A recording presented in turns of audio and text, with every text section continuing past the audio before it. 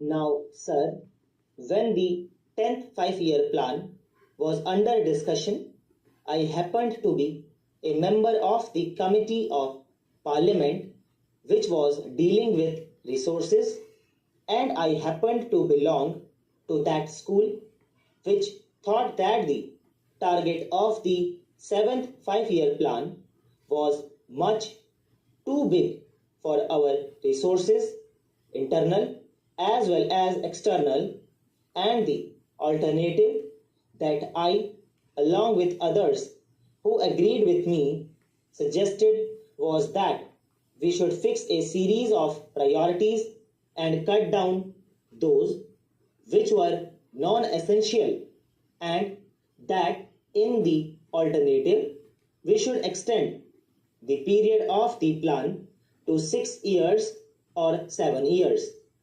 Parliament, after debating the whole issue, unanimously agreed in both the houses that the targets of the 10th five-year plan as laid down by the Planning Commission should be carried out. When Parliament came to that decision, it had before it the minute of dissent written by Professor Rao as well as by one of the members of the Planning Commission.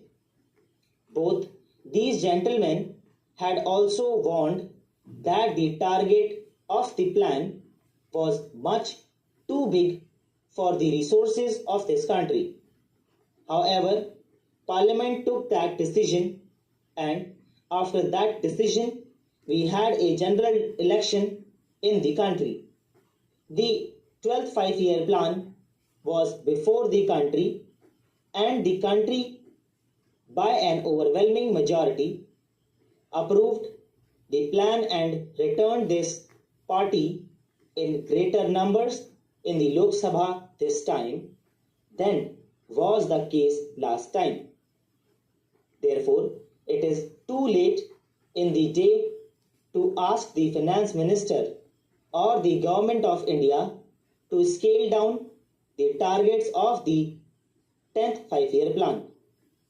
We, as a people and also as a parliament, are now committed to the execution of this plan, wherein a target of rupees 48,000 crores was fixed. It is now, I believe, increased to rupees 52,000 crores or rupees 54,000 crores.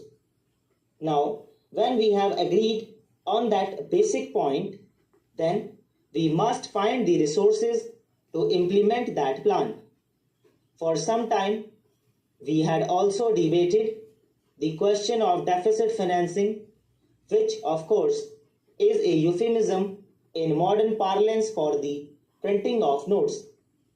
When we need money, we issue treasury bills, and notes are issued by the Reserve Bank.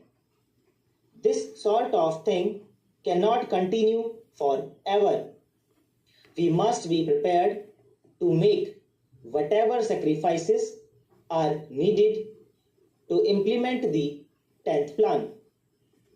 Therefore, I submit, starting with these two assumptions, namely that the plan target has got to be implemented, and secondly, the deficit financing has got to be avoided, both in the interests of the economy as well as of progress.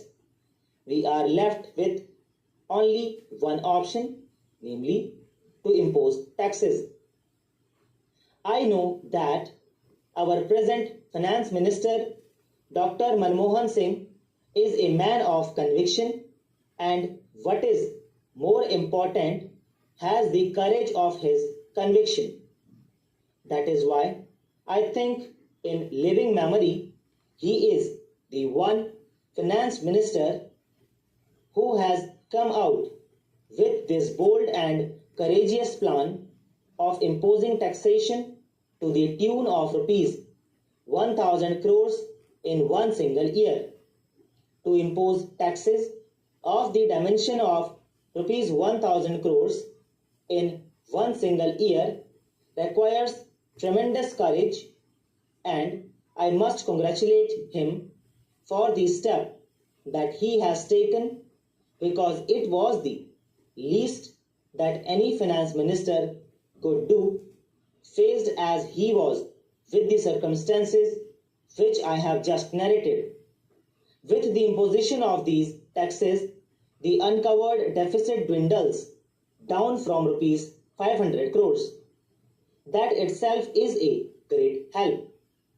I believe the government should take immediate steps when we are taking very drastic measures to tax every sector of society, from the rich to the poor. It becomes a duty, in fact a trust, that the money that we raise is spent as carefully and as economically as possible. In the general elections, I too had, along with other honorable members of our party and other parties also, to go into the country, to the villages and towns and everywhere. The people did not mind these taxes, but the grievance is that some of the money or a lot of money is being wasted. There was the grievance with regard to corruption on the lower levels of the officialdom, and what is more, that there was considerable wastage.